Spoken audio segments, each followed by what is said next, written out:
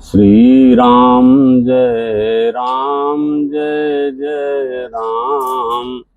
श्री राम जय राम जय जय राम। श्री राम जय राम जय जय राम। इस समय नवरात्रि का समय चल रहा है, इसलिए दो अध्याय कल जो हम प्रथम और द्वितीय अध्याय 2 अध्याय करके हम आप लोगों के समक्ष पेश किए थे।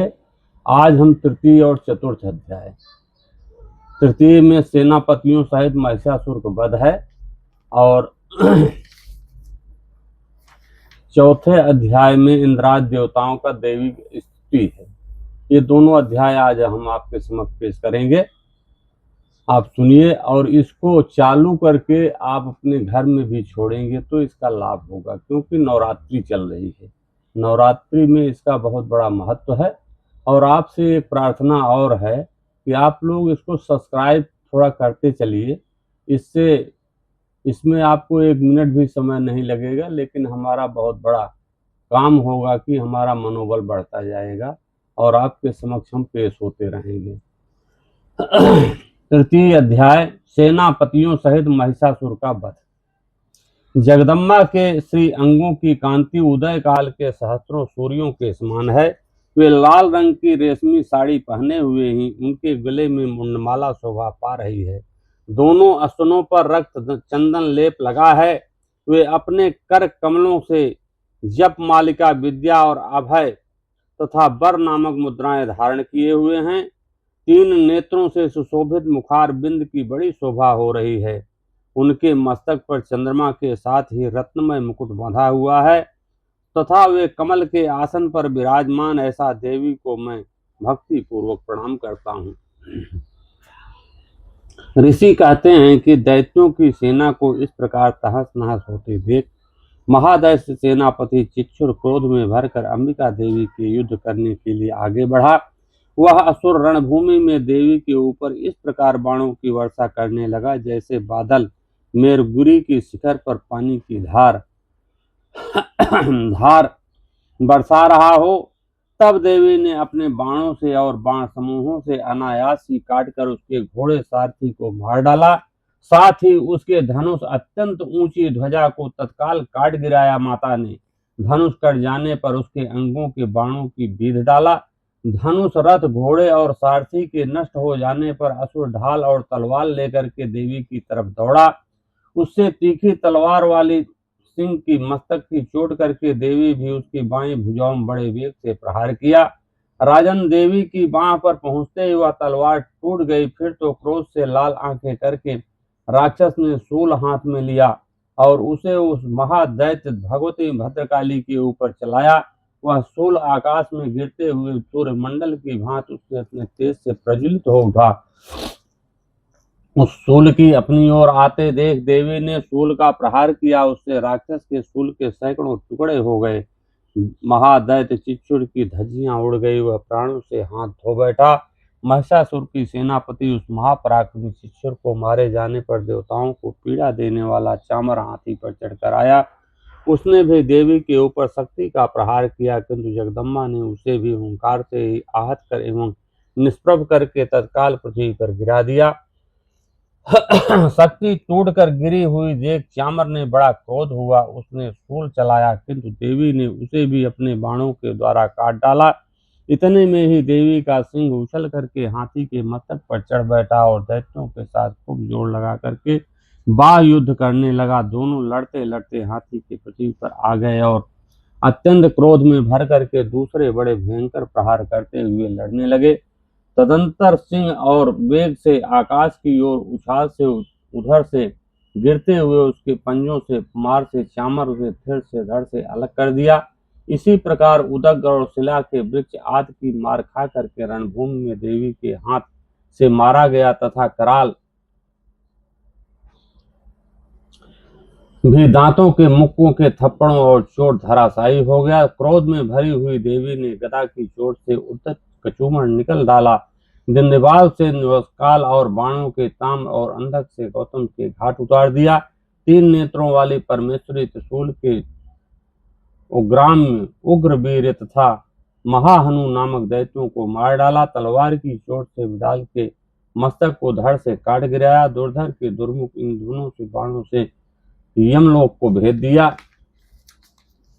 इस प्रकार अपनी सेना का संहार होता देख महिषासुर ने भैंसे का रूप धारण करके देवी के गणों से त्रास देना आरंभ किया। किन्हीं को थूथू से मारकर, किन्हीं को खुरों से, किन्हीं को पूंछ से और किसको चोट पहुंचाई, और कुछ सिंहों से विदीर्ण करते हुए गणों से किन्हीं को सिंहनाद से, कुछ को चक्कर दे करके, कितनों को निश्वास वायु से झोंक से धराशायी कर दिया। इस प्रकार गणों की सेना को गिराकर वह असुर महादेवी के सिंह को मारने के लिए झपटा। इससे जगदम्बा को बड़ा क्रोध हुआ। उधर महापराक्रमी महिषासुर और क्रोध में भरकर धरती को खुरों को खोदने लगा। अपनी सींगों से ऊंचे ऊंचे पर्वतों को उठा करके फेंकने और गर्जना करने लगा। उससे वेग से चक्कर देने के कारण पृथ्वी क्षुब्ध होकर के फटने लगी। उसकी पूंछ से टकराकर समुद्र सब ओर से धरती को डुबोने लगा। हिलते हुए सिंहों से आघात से विदीर्ण होकर के बादलों के टुकड़े टुकड़े हो गए। उसके श्वास की प्रचंड वायु से वेग से हुए सैकड़ों पर्वत आकाश से गिरने लगे। इस प्रकार क्रोध से भरे हुए उस महादैत्य की अपनी ओर से आते देख चंडिका ने उसका वध करने के लिए महान क्रोध किया। उन्होंने पासा फेंक करके उस महान असुर को बांध लिया था। संग्राम में बांधे जाने पर उसके पैरों का रूप का त्याग किया और तत्काल सिंह के रूप में वह प्रकट हो गया। इस अवस्था में जगदम्बा ज्यों ही उसका मस्तक काटने के लिए उद्यत हुई, त्यों ही वह खड्गधारी पुरुष के रूप में दिखाई देने लगा। तब देवी ने उसके ऊपर फिर से प्रहार किया, परंतु बाणों की वर्षा करके ढाल और तलवार के साथ उस पुरुष ने बीज डाला। इतने में ही महान गजराज के रूप में परिणित हो गया तथा अपनी सूंड से देवी को विशाल सिंह को खींचने और गरजने लगा। खींचते समय देवी ने तलवार से उसके सूंड काट डाले। तब उस महादैत्य ने पुनः भैंसे का शरीर धारण कर लिया और पहले की भांति चराचर प्राणियों के तीनों लोकों को व्याकुल करने लगा। तब क्रोध में भरी हुई जगत माता चंडिका बारंबार उत्तम मधु का पान करने लगी। आंखें लाल करके हंसने लगी और वह उस बल और पराक्रम के मत से उत्पन्न हुए राक्षस गर्जना करने लगा। उसने सिंहों की चंडी और उत्तर पर्वत को फेंकने लगा। उसी समय देवी अपने बाणों के समूहों से फेंके हुए पर्वतों को चूर्ण करती हुई बोली। बोलते समय उस मुख मधु के मद से लाल हो रहा था, वाणी लड़खड़ा रही थी।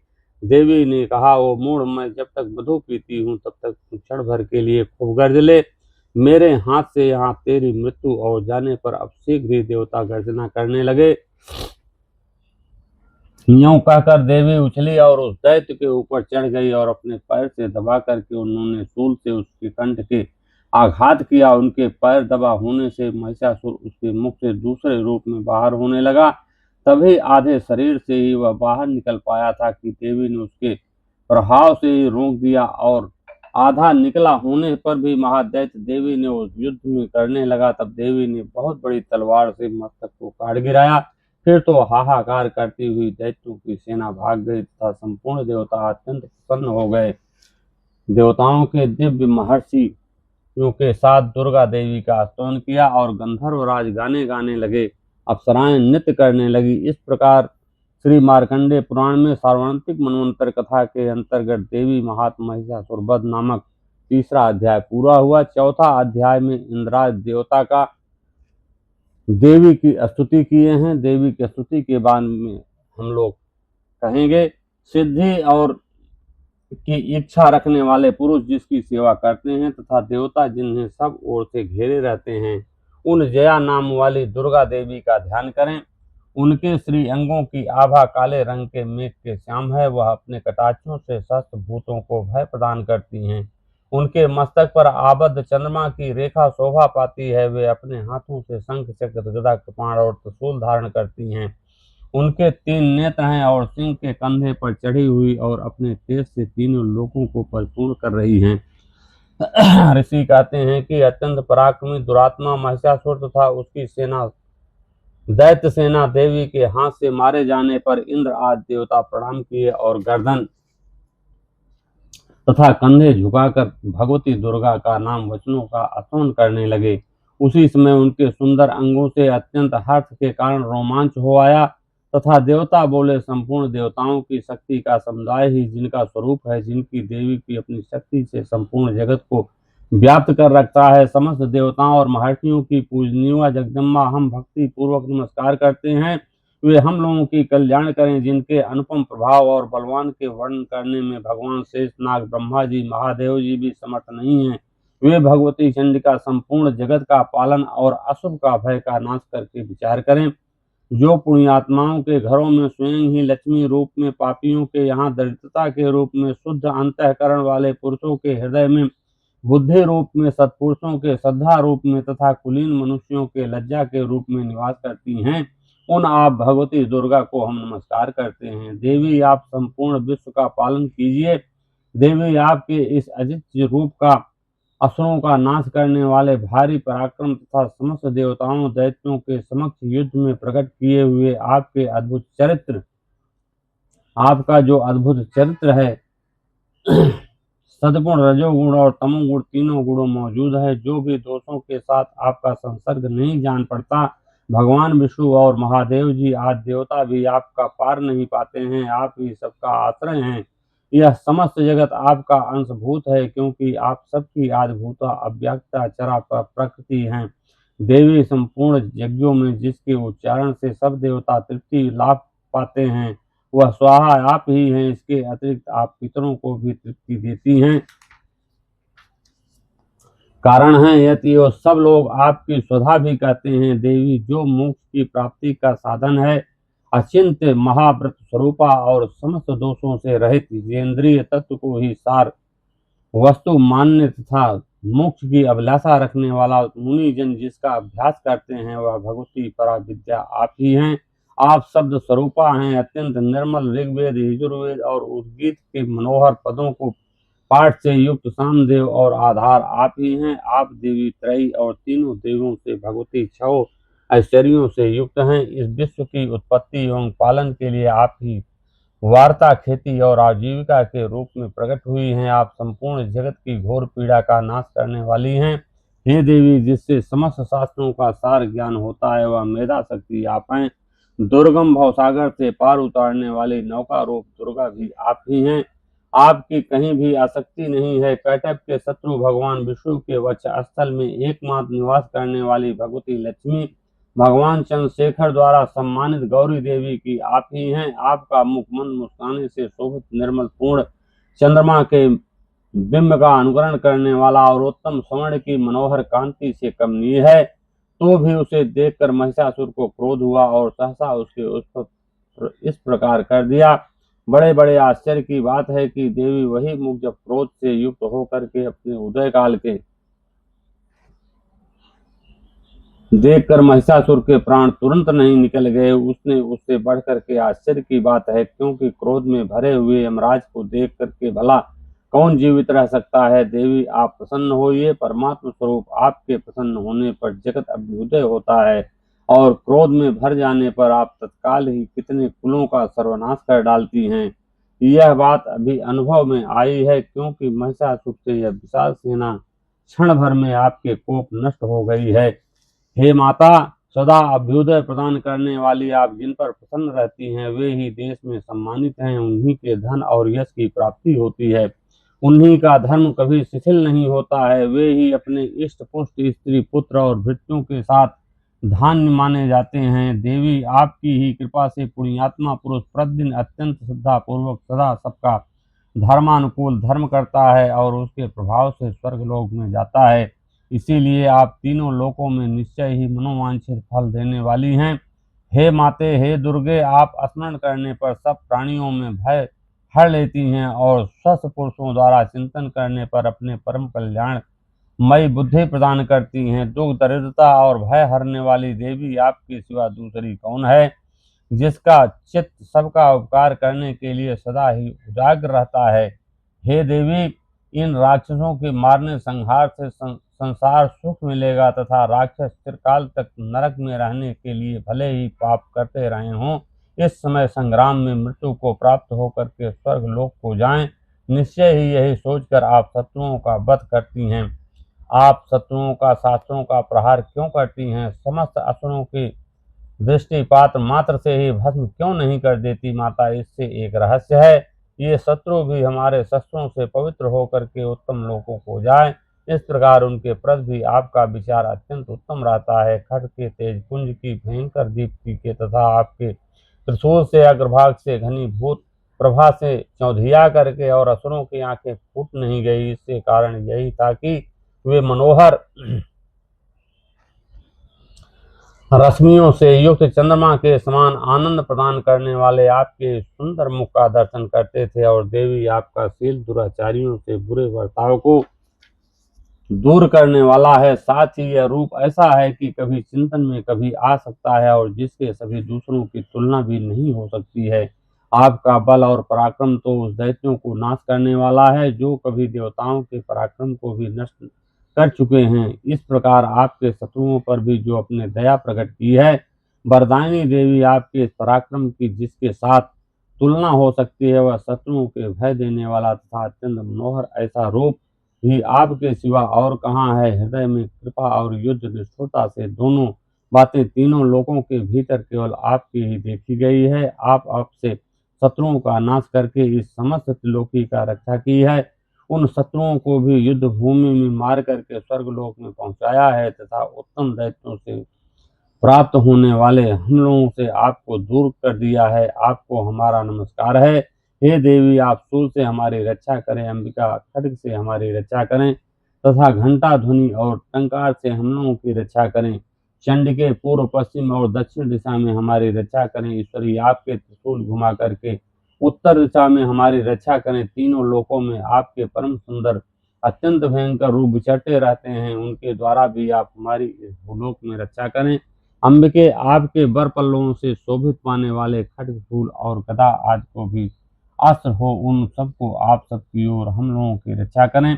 ऋषि कहते हैं कि इस प्रकार जब देवताओं ने जगत माता दुर्गा की स्तुति की और नंदन वन में दिव्य पुष्पों का गंधमंदन आज से उनका पूजन किया, तब सबने मिलकर भक्ति पूर्वक दिव्य धूपों से सुगंध निवेदन की। तब देवी ने प्रसन्न बदन होकर के प्रणाम करते हुए देवताओं से कहा। क्या कहा? देवी बोली, हे देवताओं, तुम सब लोग मुझसे वस्तु की जो अभिलाषा रखते हो उसे मांग लो, मैं देने के लिए तैयार हूँ। देवता बोले कि भगवती, हमारी इच्छा पूर्ण कर दीजिए, अब कुछ बाकी नहीं है, क्योंकि हमारा वह शत्रु महिषासुर मारा गया। महेश्वरी, इतने पर भी यदि आप हमें कुछ वर देना चाहती हैं तो जब हम आपका स्मरण करें तब तब दर्शन दे करके हम लोगों की महान संकट दूर कर दिया करें। प्रसन्न मुखी अंबिके, जो मनुष्य इस स्त्रोत द्वारा आपकी स्तुति करे उसे चित्त समृद्धि वैभव देने पर भी उसकी धन और स्त्री आदि संपत्ति को बढ़ाने के लिए आप सदा हम पर प्रसन्न रहें।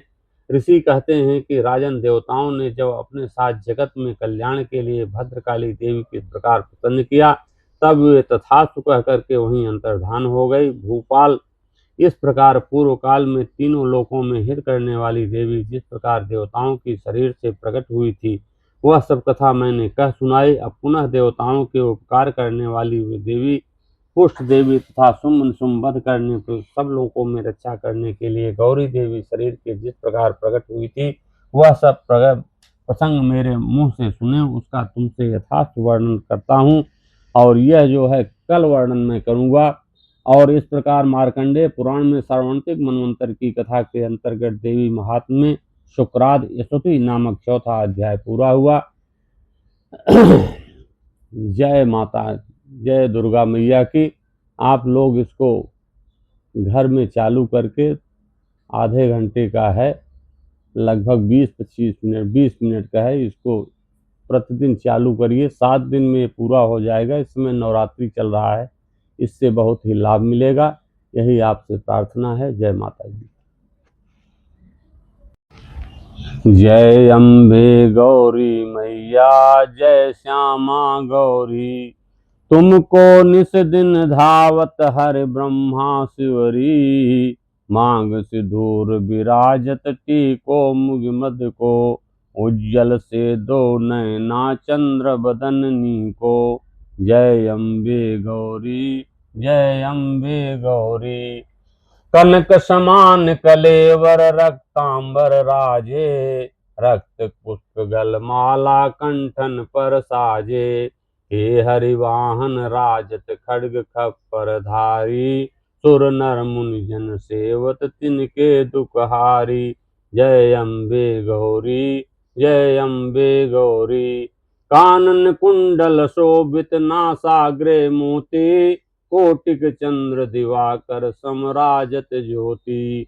शुंभ निशुंभ विदारे महिषासुर घाती, धूम्र विलोचन नयना निस दिन मदमाती। जय अम्बे गौरी, जय श्यामा गौरी। चंड मुंड संहारे शोणित बीज हरे, मधुकैटभ दो मारे सुर भयहीन करे। ब्रह्माणी रुद्राणी तुम कमला रानी, अगम निगम बखानी तुम शिव पट रानी। 64 योगिन दावत नित्य करत भैरो, बाजत ताल मृदंगायो बाजत डमरू। जय अम्बे गौरी, जय श्यामा गौरी। तू ही जग की माता, तू ही हो भरता, भक्तन की दुख हरता, सुख संपत्ति करता। भुजाचार्य शोभित वर मुद्राधारी, बन वांछित फल पावत सेवत नर नारी।